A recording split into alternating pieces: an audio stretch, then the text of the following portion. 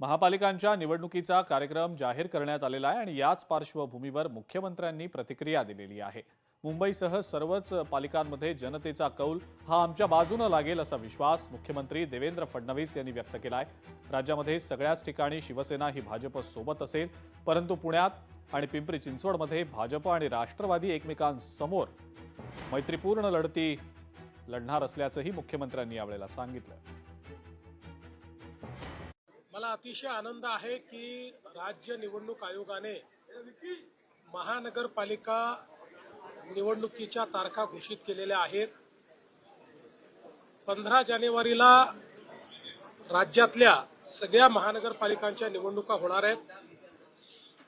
या निर्णयाचं आम्ही स्वागत करतो, कारण राज्यामध्ये स्थानिक स्वराज्य संस्था ही प्रशासकांच्या भरोशावर चालणं ही काही लोकशाहीला अभिप्रेत नव्हतं। या निवडणुका होत आहेत आणि आम्हाला विश्वास आहे की या निवडणुकांमध्ये आमच्या शासनाने केलेलं काम बघता पुन्हा कौल हा आमच्या बाजूने येईल।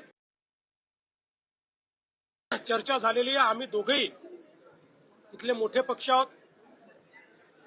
भाजपने 5 वर्ष चांगल्या पद्धतीनं पुण्याचा विकास केलेला आहे, त्यामुळे कदाचित पुण्यामध्ये राष्ट्रवादी काँग्रेस आणि भारतीय जनता पार्टी अमोरासमोर लढताना त्या ठिकाणी पाहायला मिळतील।